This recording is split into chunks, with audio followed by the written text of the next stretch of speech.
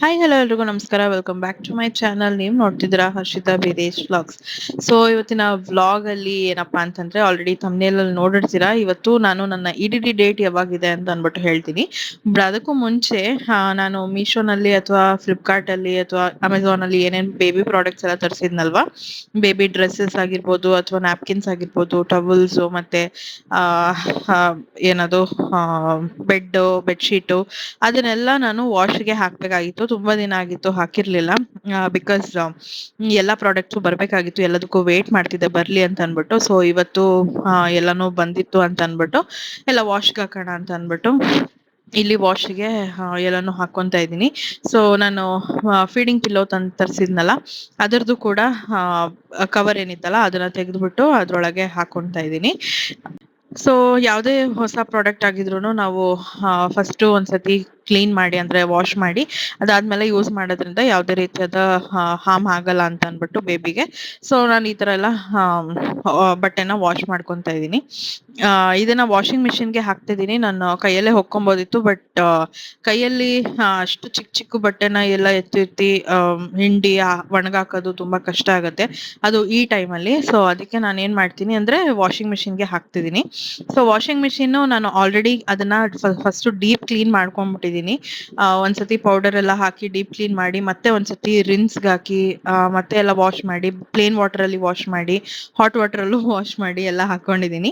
And ಈ washing machine ಬಂದು IFB. So ಇದರಲ್ಲಿ ಬೇಬಿ ವಾಶ್ ಅಂತ ಅನ್ಬಿಟ್ಟು ಕೂಡ ಒಂದು ಆಪ್ಷನ್ ಇದೆ. ಅದರಲ್ಲಿ ನಮಗೆ ಹಾಟ್ ವಾಟರ್ ಕೂಡ ಬರುತ್ತೆ. ಸೊ ಅದಕ್ಕೆ ಇದಕ್ಕೆ ಹಾಕ್ಬಿಡೋಣ, ಇನ್ನ ಎಷ್ಟೊಂದು ಇದೆ ಅಲ್ವಾ ಅಂತ ಅನ್ಬಿಟ್ಟು ಅದ್ರೊಳಗೆ ಎಲ್ಲಾನು ಹಾಕ್ಬಿಟ್ಟೆ. ನಾನು ಯಾವ್ದು ಕಲರ್ ಹೋಗ್ತಿರ್ಲಿಲ್ಲ, ಸೊ ಎಲ್ಲಾನು ಹಾಕ್ಬಿಟ್ಟೆ. ಹಾಕಿ ಆದ್ಮೇಲೆ ನಾನು ಡೆಟಾಲ್ ಕೂಡ ತರಿಸಿದ್ದೆ, ಅಂದ್ರೆ ಡಿಸ್ಇನ್ಫೆಕ್ಟೆಂಟ್ ಆಗಿರ್ಲಿ ಅಂತ ಅನ್ಬಿಟ್ಟು ಡೆಟಾಲ್ನು ಕೂಡ ತರಿಸಿದ್ದೆ. ಅದನ್ನ ಬರೀ ಡೆಟಾಲ್ ಮಾತ್ರ ಹಾಕ್ತಿದ್ದೀನಿ ನಾನಿಲ್ಲಿ. ಡಿಟರ್ಜೆಂಟ್ ಆಗಿರ್ಬೋದು ಅಥವಾ ಲಿಕ್ವಿಡ್ ಆಗಿರ್ಬೋದು ಯಾವ್ದನ್ನು ಯೂಸ್ ಮಾಡ್ತಿಲ್ಲ. ಬಿಕಾಸ್ ಇನ್ನ ಹೊಸ ಬಟ್ಟೆ ಮಕ್ಕಳದು, ಸೊ ಅದ್ರಲ್ಲಿ ಕೆಮಿಕಲ್ಸ್ ಏನಾದ್ರು ಇದ್ರೆ ಈಚೆ ಹೋಗ್ಲಿ ಅಂತ ಅಷ್ಟೇನೆ. ಎಕ್ಸ್ಟ್ರಾ ಕೆಮಿಕಲ್ಸ್ ಆಡ್ ಮಾಡಕ್ ನನಗೆ ಇಷ್ಟ ಇರ್ಲಿಲ್ಲ. ಅಂಡ್ ಅದ್ರಲ್ಲಿ ಹೋಗುತ್ತೋ ಇಲ್ವೋ ನೀಟಾಗಿ ಅಂತ ಅನ್ಬಿಟ್ಟು ನಾನೇನ್ ಮಾಡ್ತಿದೀನಿ ಇಲ್ಲಿ ಬರೀ ಡೆಟಾಲ್ ಮಾತ್ರನೇ ಹಾಕ್ತಾ ಇದೀನಿ. ಸ್ವಲ್ಪ ಜಾಸ್ತಿನೇ ಹಾಕ್ದೆ, ಸ್ವಲ್ಪ ನೀಟಾಗಿ ಡೀಪ್ ಕ್ಲೀನ್ ಆಗ್ಲಿ ಅಂತ ಅನ್ಬಿಟ್ಟು ಅಷ್ಟೇನೆ. ಅಂಡ್ ಇದನ್ನ ಸೆಟ್ ಕೂಡ ಮಾಡಬೇಕು ಬೇಬಿ ವಾಶ್ಗೆ, ಬಿಕಾಸ್ ನಾವು ಡೈಲಿ ಬೇರೆ ವಾಶ್ ಮಾಡ್ತಾ ಇರ್ತೀವಿ. ಸೊ ಬೇಬಿ ವಾಶ್ಗೆ ಅಂತ ಅನ್ಬಿಟ್ಟು ಸೆಟ್ ಮಾಡಬೇಕು. ಅಂಡ್ ಇಲ್ಲಿ ತುಂಬಾ ಆಪ್ಷನ್ಸ್ ಕೊಟ್ಟಿದ್ದಾರೆ, ಮಿಕ್ಸ್ ಸಾಲಿಡ್ ಮತ್ತೆ ಮಿಕ್ಸ್ ಸಾಲಿಡ್ ಪ್ಲಸ್ ಸ್ಟೀಮು ಆ ತರದೆಲ್ಲ ಕೊಟ್ಟಿದ್ದಾರೆ. ಇದರಲ್ಲಿ ಹಾಟ್ ವಾಟರ್ ಸ್ಟೀಮ್ ಕೂಡ ಬರುತ್ತೆ. ಸೊ ನಾನಿಲ್ಲಿ ಬೇಬಿ ವಾಶ್ಗೆ ಅದನ್ನ ಆಮ್, ಆ, ಏನದು ಚೇಂಜ್ ಮಾಡ್ತಾ ಇದ್ದೀನಿ. ಸೊ ನಾನಿಲ್ಲಿ ಸ್ಪಿನ್ ಅಂಡ್ ಡ್ರೈ ಅಲ್ಲಿ ಇಟ್ಟಿದ್ದೆ, ಬಿಕಾಸ್ ಟಪ್ ಕ್ಲೀನ್ ಆದ್ಮೇಲೆ ಅದನ್ನ ಸ್ಪಿನ್ ಅಂಡ್ ಡ್ರೈ ಮಾಡ್ಬೇಕಾಗಿತ್ತು, ಅದಕ್ಕೆ ಅದ್ರಲ್ಲಿ ಇಟ್ಟಿದ್ದೆ. ಅಂಡ್ ಇವಾಗ ಬೇಬಿ ವಾಶ್ಗೆ ಹಾಕಿದ್ಮೇಲೆ ಹತ್ತತ್ರ 2 hours ತೋರಿಸ್ತಾ ಇದೆ. ಅಂಡ್ 40 ಡಿಗ್ರಿ ವರ್ಗೂ ತೋರಿಸ್ತಾ ಇದೆ. ಇವಾಗ ಸದ್ಯಕ್ಕೆ ಫಸ್ಟ್ ಕೋಲ್ಡ್ ವಾಟರ್ ಬರುತ್ತೆ, ಅದಾದ್ಮೇಲೆ ಹಾಟ್ ವಾಟರ್ ಬರುತ್ತೆ. ನಾನು ಟೈಮಿಂಗ್ಸ್ ಚೇಂಜ್ ಆಗುತ್ತೇನೋ ಅಥವಾ ಕಮ್ಮಿ ಆಗುತ್ತೇನೋ ಅಂತ ನೋಡ್ತಿದ್ದೆ, ಬಟ್ ಇಲ್ಲ, ಅದು 2 hours ವರ್ಗುನು ಆಗ್ಲೇಬೇಕು ಅಂತಾನೆ ಇತ್ತು. ಸೊ ಅದನ್ನ ಕೂಡ ಆನ್ ಮಾಡಿ ಸ್ವಲ್ಪ 40 ಡಿಗ್ರಿ ಆಗೋಷ್ಟು ಬಿಸಿನೀರು ಅದ್ರಲ್ಲಿ ಬರುತ್ತೆ. ಬಿಸಿನೀರಲ್ಲೇ ಅದು ಫುಲ್ ನೀಟಾಗಿ ಬಟ್ಟೆ ಎಲ್ಲ ವಾಶ್ ಆಗುತ್ತೆ ಅಂಡ್ ಡ್ರೈ ಕೂಡ ಆಗುತ್ತೆ. ಆಲ್ಮೋಸ್ಟ್ ಒಂದು 50 to 70% ಡ್ರೈ ಆಗೋಗ್ಬಿಡುತ್ತೆ ವಾಷಿಂಗ್ ಮಿಷಿನ್ ಅಲ್ಲೇನೆ. ಸೊ ಇದು ಬೆಟರ್ ಅಂತ ನನಗೆ ಅನ್ನಿಸ್ತು. ಬೇಗ ಒಣಗಾಕ್ಬಿಟ್ರೆ 1 hourಗೆಲ್ಲ ಒಣಗೋಗುತ್ತೆ, ಮತ್ತೆ ಹೊರಗಡೆ ಇರೋ ಧೂಳೆಲ್ಲ ಏನು ಬಂದು ಬಟ್ಟೆ ಮೇಲೆ ಕೂರಲ್ಲ ಅಂತ ಅನ್ಬಿಟ್ಟು ನಾನು ವಾಷಿಂಗ್ ಮಿಷಿನ್ಗೆ ಹಾಕಿದಂಥದ್ದು. ಅಂಡ್ ಯಾವುದೇ ರೀತಿಯಾದ ಡಿಟರ್ಜೆಂಟ್ ಆಗ್ಲಿ ಏನು ಯೂಸ್ ಮಾಡಿಲ್ಲ ನಾನು. ಸೊ ಇದೆಲ್ಲ ಆದ್ಮೇಲೆ ನೀಟಾಗೆಲ್ಲ ಬಟ್ಟೆ ಎಲ್ಲ ಒಗ್ದಿ ಒಣಗಾಕಿ ಆದ್ಮೇಲೆ ನಾನು ಬ್ರೇಕ್ಫಾಸ್ಟ್ ಮಾಡೋಣ ಅಂತ ಅಂದ್ಬಿಟ್ಟು ಕುತ್ಕೊಂಡೆ. ಮತ್ತೆ ಬೆಳಗ್ಗೆನೆ ಏನದು ಬಿಸಿಬೇಳೆ ಬಾತ್ ಮಾಡಿದ್ರು, ಜೊತೆಗೆ ಖಾರ ಬುಂದಿನೂ ಇತ್ತು ಅಂಡ್ ಬೀರಶ್ ಕೇಕ್ ತಂದ್ಕೊಟ್ಟಿದ್ರು. ಅದನ್ನು ಕೂಡ ತಿಂತಾ ಇದ್ದೀನಿ. ಅವರು ಕೊಟ್ಟಿದ್ದೆ ಆಕ್ಚುಲಿ, ಬಟ್ ಅವ್ರು ಅರ್ಧ ತಿಂದ್ರು, ನಾನು ಇನ್ ಮಿಕ್ಕಿದ್ನ ತಿಂದೆ. ಬಿಕಾಸ್ ಈ ನಡುವೆ ಸ್ವಲ್ಪ ಖಾರ ಸ್ವೀಟು ಎರಡೂ ತಿನ್ಬೇಕು ಅಂತ ಅನ್ನಿಸ್ತಾ ಇದೆ. ಅಂಡ್ ತುಂಬಾ ಹೊಟ್ಟೆ ಸಿಕ್ಕಾಪಟ್ಟೆ ಹಸಿತಾ ಇದೆ, ಯಾಕೆ ಅಂತ ಗೊತ್ತಿಲ್ಲ. ಅದು ಎಸ್ಪೆಷಲಿ ನೈಟ್ ಟೈಮ್ಸ್ ಅಂತೂ ಸಿಕ್ಕಾಪಟ್ಟೆ ಹಸಿಯುತ್ತೆ. ಏನಾದ್ರೂ ಇರ್ಲೇಬೇಕು ಊಟ ಆದ್ಮೇಲೆ, ಅಂದ್ರೆ ಒಂದು 10 o'clock 11 o'clock 12 o'clock ವರ್ಗು. 12 ದಾಟಿತು ಅಂತಂದ್ರೆ ನಾನು ಏನು ತಿನ್ನೋದಕ್ಕೆ ಹೋಗೋದಿಲ್ಲ, ಬಿಕಾಸ್ ಒಳ್ಳೇದಲ್ಲ ಅಂತ ಅನ್ಬಿಟ್ಟು ನಾನು ಅದನ್ನೆಲ್ಲ ಅವಾಯ್ಡ್ ಮಾಡ್ತೀನಿ. ಹಂಗೆ ನೀರ್ ಕುಡ್ಕೊಂಡು ಮಲ್ಕೊಂಡ್ಬಿಡ್ತೀನಿ. ಅದಕ್ಕೂ ಮುಂಚೆ ಅಂದ್ರೆ ಒಂದು ಫ್ರೂಟ್ ಅಥವಾ ಏನಾದ್ರು ಏನಿರುತ್ತೋ ಅದನ್ನ ತಿಂತೀನಿ. High guys, welcome back. ಮತ್ತೆ ಇದು ಬೇರೆ ದಿನ ಬ್ಲಾಗ್ನ ಸ್ಟಾರ್ಟ್ ಮಾಡ್ತಿದ್ದೀನಿ. ಸೊ ನೋಡಿರ್ತಿಲ್ಲ ಲಾಸ್ಟ್ ಕ್ಲಿಪ್ಪಿಂಗು, ಬಟ್ಟೆ ಎಲ್ಲ ಒಗ್ದು ಒಣಗಾಕಿ ಎಲ್ಲ ಎತ್ತಿಟ್ಕೊಂಡೆ. ಬ್ಯಾಗು ಪ್ಯಾಕ್ ಮಾಡಿ ಎತ್ತಿಟ್ಟಿದ್ದೀನಿ. ಅಂದರೆ ಫುಲ್ ಪ್ಯಾಕಿಂಗ್ ಅಂತಲ್ಲ, ಬೇರೆ ಬೇರೆ ಎಲ್ಲೆಲ್ಲೋ ಬಿಸಾಕೋ ಬದಲು ಒಂದು ಬ್ಯಾಗ್ ಹಾಕಿ ಸೆಕ್ಯೂರ್ ಮಾಡಿ ಎತ್ತಿಟ್ಟಿದ್ದೀನಿ. ಸೊ ಇನ್ನು ನಾನು ಏನೂ ಪ್ಯಾಕ್ ಮಾಡ್ಕೊಂಡಿಲ್ಲ, ಮಾಡಬೇಕು. ಸೊ ಇನ್ನೂ ಟೈಮ್ ಇದೆ ಅಲ್ಲ, ಮಮ್ಮಿ ಮನೆಗೆ ಹೋದ್ಮೇಲೆ ಮಾಡ್ಕೊಳ್ಳೋಣ. ಈಗ ಹತ್ತಿರದಲ್ಲಿ ಇನ್ನೇನು 1 ವೀಕಲ್ಲಿ ನಂದು ಸೀಮಂತ ಬರುತ್ತೆ. ಸೊ ಅದೆಲ್ಲ ಮುಗಿಸ್ಕೊಂಡು ಒಟ್ಟಿಗೆ ಮಮ್ಮಿ ಮನೆಗೆ ಹೋಗಿ ಅಲ್ಲಿ ಪ್ಯಾಕ್ ಮಾಡ್ಕೊಳ್ಳೋಣ ಅಂತ ಸುಮ್ಮನೆ ಆಗಿದ್ದೀನಿ.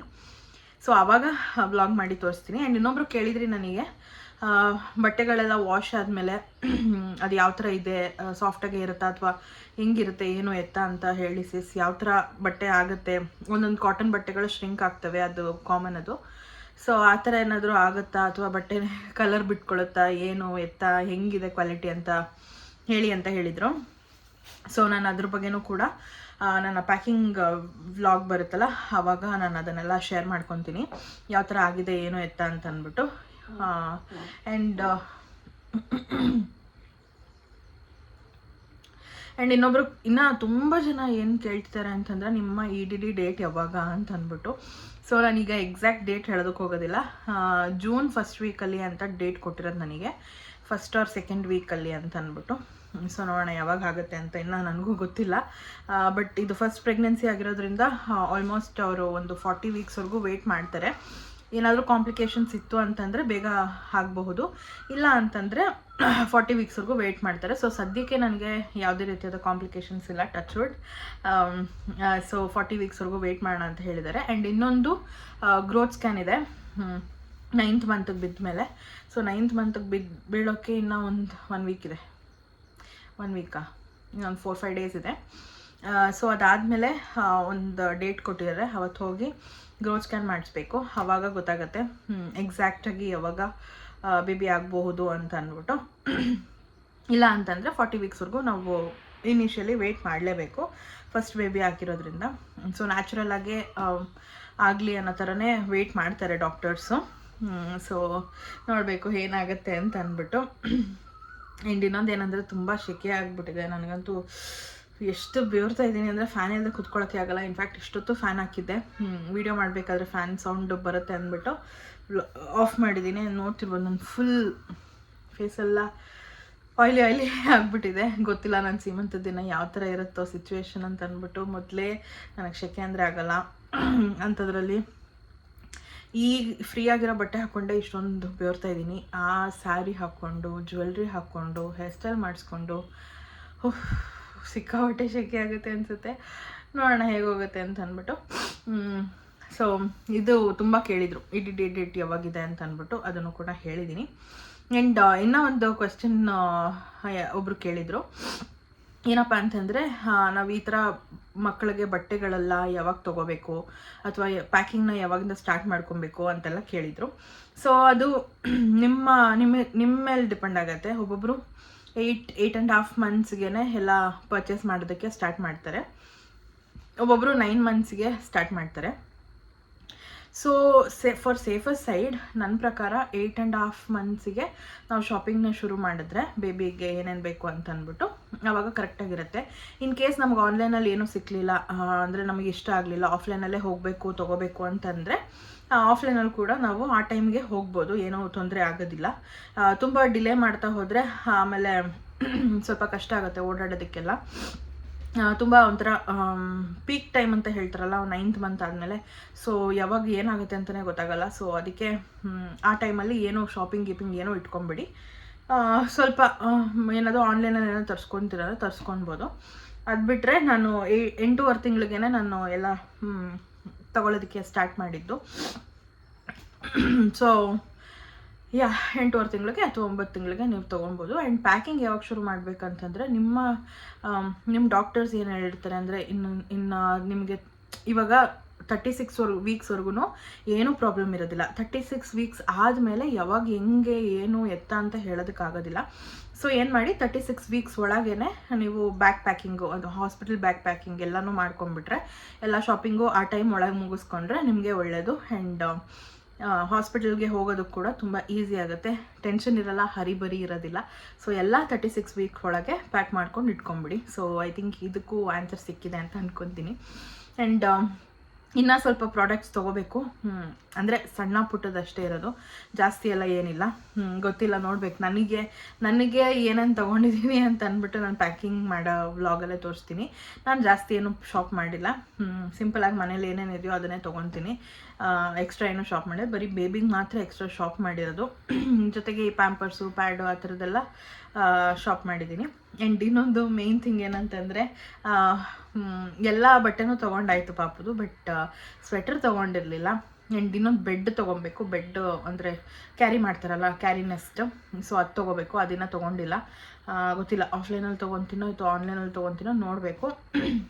ಅದನ್ನು ಇವಾಗ ಸದ್ಯಕ್ಕೆ ಬೇಡ, ಇನ್ನು ಟೈಮ್ ಇದೆಯಲ್ಲ ಅಂತ ನಾನು ಸುಮ್ಮನೆ ಆಗಿಬಿಟ್ಟಿದ್ದೀನಿ. ಇವಾಗ ಇಷ್ಟೆಲ್ಲ ತೊಗೊಂಡಿದ್ದೀನಲ್ಲ, ಸೊ ಸ್ವಲ್ಪ ಟೈಮ್ ಕೊಡೋಣ ಅದಕ್ಕೂ ಅಂತ ಅಂದ್ಬಿಟ್ಟು ಸುಮ್ಮನೆ ಆಗಿದ್ದೀನಿ.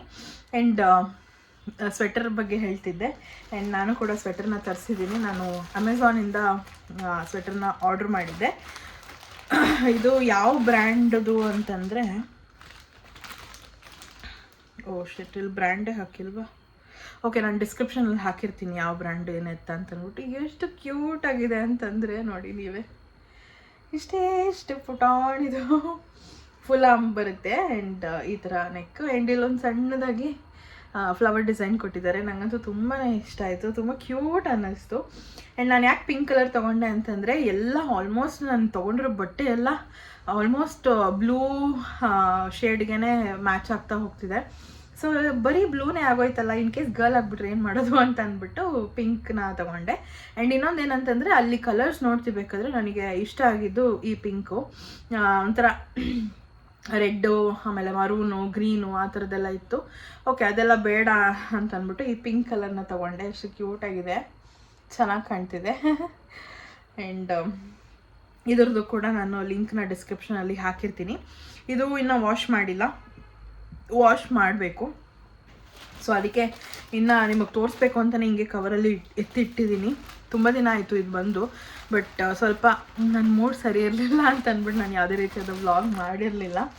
ಸೊ ಇನ್ನೇನು ಹತ್ರ ಬಂತು ನನ್ನದು ಸೀಮಂತ, ಎಲ್ಲ ಪ್ರಿಪ್ರೇಷನ್ಸ್ ಮಾಡ್ಕೊಬೇಕು ಅನ್ನೋ ಟೈಮ್ಗೆ ಅಟ್ಲೀಸ್ಟ್ ಒಂದು ವ್ಲಾಗನ್ನು ಹಾಕೋಣ ಅಂತ ಹಾಕ್ತಾಯಿದ್ದೀನಿ. ಸೊ ಇದಾಗಿತ್ತು ಇವತ್ತಿನ ವ್ಲಾಗ್. ಐ ಹೋಪ್ ನಿಮ್ಮೆಲ್ಲರಿಗೂ ಇಷ್ಟ ಆಗಿದೆ ಅಂತ. ಇಷ್ಟ ಆಗಿದ್ದೆಲ್ಲ ಲೈಕ್ ಮಾಡಿ, ಶೇರ್ ಮಾಡಿ, ಕಮೆಂಟ್ ಮಾಡಿ, ಆ್ಯಂಡ್ ಸಬ್ಸ್ಕ್ರೈಬ್ ಮಾಡ್ಕೊಳ್ಳಿ, ಬೆಲ್ಲೈಕನ್ನ ಕ್ಲಿಕ್ ಮಾಡಿ, ಸೊ ದಟ್ ನನ್ನೆಲ್ಲ ವೀಡಿಯೋಸ್ ನಿಮಗೆ ಫಸ್ಟ್ ಬರುತ್ತೆ ಅಂತ ಹೇಳ್ತಾ, thank you so much for watching. Bye.